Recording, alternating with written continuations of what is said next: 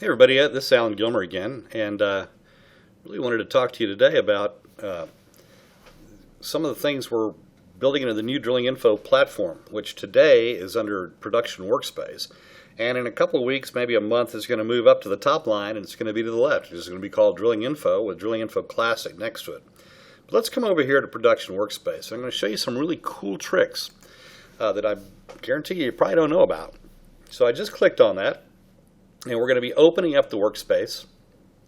And this is it always kind of opens up into that default production workspace. But I want to show you something pretty cool.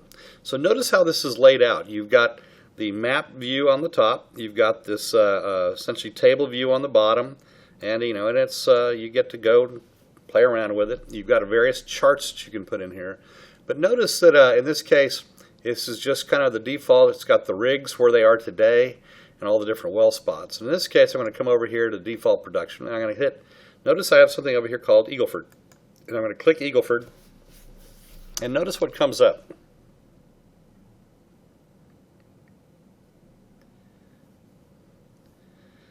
So what we have here is a map of the Eagleford.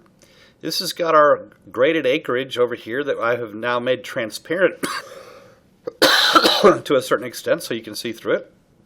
And then we have a vintage type curve, and this is a type curve of how did all the wells in this particular area, how are they basically contributing to that production. So there's a filter on it, there's some layers in here, I've transparentized those layers, I've created some charts, and I've put these in here.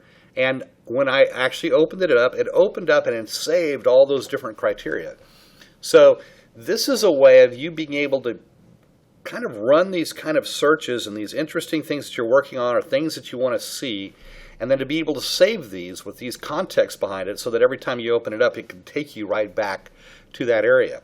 If you change some of your filter parameters and bring things up, then you would just go over here into Workspace, right over here, and save the workspace, and it would save all the new things that you have in there. If you don't save the workspace, it's just going to take you back to this particular one right over here. And then so any time that you've actually built any of these kind of features, you can come over here and just hit Save Workspace As, or rename any of these things. It's really, really easy to do and a lot of fun. So I think you're going to find this to be pretty powerful.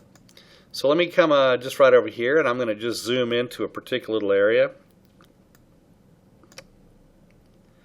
And notice as I zoom in, it's changing the, I click this little deal right over here, which means this is filtering by map. So as I zoom in, everything that's going to show up down here and on the chart is going to be the things that I see on the map.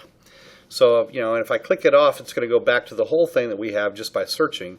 But in this case right over here, I've got now a spatial filter on it. So this is showing me the vintage type curves as I go along on that area. And as I basically go moving it, you notice how it basically just changes as I actually go out there and change this.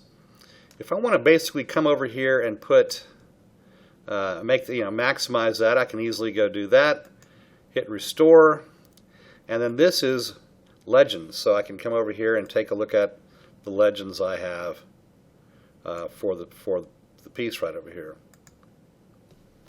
So I think this kind of makes sense to me. I sure hope it makes sense to you. And then this little block right over here is launching the subsurface application. So if I click that, it opens up Subsurfer. And in this area right over here, actually it rendered. It takes a little bit of time to render these things, but these are all the different wells that are underneath that area right over here. And you can see where the perforated intervals are. These are if we've got the digital logs on them, you can see the digital logs, and you can get to see where any of these particular are. If I basically click on to,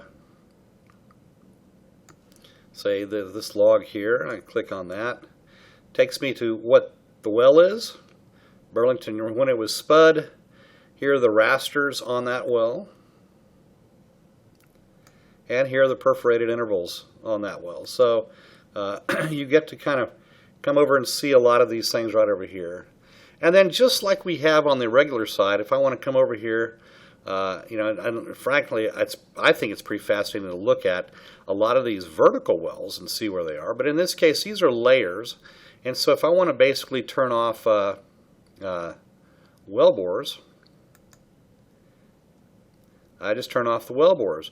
And then I look to see, and this is a really interesting thing because then you can see, perforated intervals. So in this case, where were they perforating that interval? You can go see that. You can see areas around there on the vertical side. Notice that this horizontal well was drilled much higher and perforated much higher. And then with regards to the vertical wells, you get to see as a cloud essentially where any of those verticals might be. So that's I think it's pretty cool.